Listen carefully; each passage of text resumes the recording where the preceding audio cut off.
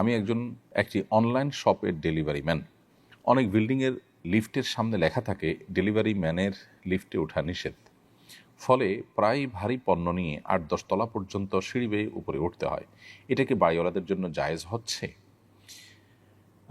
সুন্দর এবং প্রয়োজনীয় প্রশ্ন। এই প্রশ্ন উত্তর আমরা বলতে চাই, জায়েজ এবং নাজায়েজের প্রশ্ন যদি হয় তাহলে আমরা বলবো বিল্ডিং মালিক যিনি, তিনি আসলে তার বিল্ডিংয়ের লিফট ব্যবহারের বিষয়টি কার জন্য অনুমোদন করবেন, কার জন্য করবেন না, এটা একান্ত তার ব্যাপার। যেহেতু ডেলিভারি ম্যান বাহির থেকে আগত অতিথির মতো বা সার্ভিস প্রোভাইডার, সেই হিসাবে তিনি লিফটে না উঠে সিঁড়িতে উঠবেন এরকম নিয়ম করার এখতিয়ার আইনত তিনি রাখেন। অর্থাৎ তিনি এটি করলে সেটি তার জন্য নাজায়েজ বা আপনার অপরাধ হবে না। এটা হলো আইনের কথা। কারণ হলো আমার লিফট আমি তৈরি করেছি, এখানে কে উঠবে না উঠবে সেটা আমি আসলে ঠিক করেই দিতে পারি। বিশেষ করে প্রচুর পরিমাণ ডেলিভারি ম্যানদের আসা যাওয়া এবং যাতায়াতের কারণে বিল্ডিংয়ের বাসিন্দাদের উঠানামার অসুবিধা হতে পারে, সেসব বিবেচনা করেই বাড়িওয়ালা এরকম নিয়ম করতে চাইলে আইনত সেটি অন্যায় না। তবে যদি এটাতে বড় কোনো অসুবিধা না হয়, জাস্ট তারা ডেলিভারি ম্যান, এ ব্যাপারে অবজ্ঞা তাচ্ছিল্য এরকম মানসিকতা থেকে যদি তাদেরকে লিফটে উঠতে বারণ করা হয়, যৌক্তিক কোনো কারণ ছাড়া, সিকিউরিটি বা আপনার অন্য কোনো আপনার একান্ত যৌক্তিক কারণ ছাড়া যদি এভাবে ডেলিভারি ম্যানদেরকে সিঁড়িতে উঠানামা করতে বলা হয়, তাহলে সেটা অবশ্যই অনুচিত কাজ।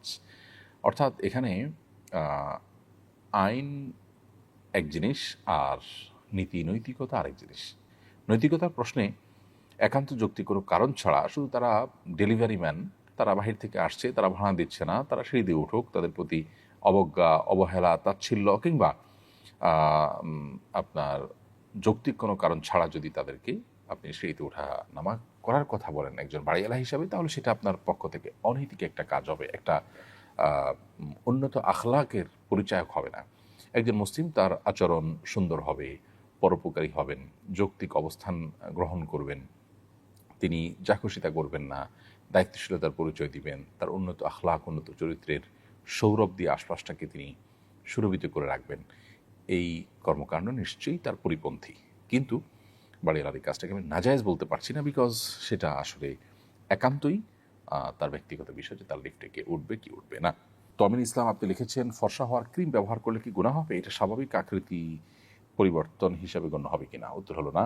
ফর্সা হওয়ার ক্রিম ব্যবহার করলে আসলে আমাদের আকৃতি পরিবর্তন বলতে যেটা বোঝায় সেরকম কিছু হয় না, বিধায় এটা ব্যবহার করা হারাম হবে না। তবে আমরা যখন প্রসাধনী ব্যবহার করব সতর্ক থাকতে হবে এগুলোতে হারাম কোনো উপাদান আছে কিনা। আমরা খাদ্য গ্রহণের ক্ষেত্রে, পানীয় গ্রহণ করার ক্ষেত্রে হালাল হারাম বাজ বিচার করলেও আমরা অনেকেই জানি না যে প্রসাধনী ব্যবহারের ক্ষেত্রে হালাল হারাম বাজ বিচার করার বিষয়টা রয়েছে। আপনি দেখবেন যে ইয়াহুদি যে পণ্যগুলো বয়কট করার জন্য আহ্বান করা হয়, তাদের পণ্যগুলোর তালিকার মধ্যে সবচেয়ে দীর্ঘ তালিকা হলো এই প্রসাধনী রিলেটেড পণ্যগুলো।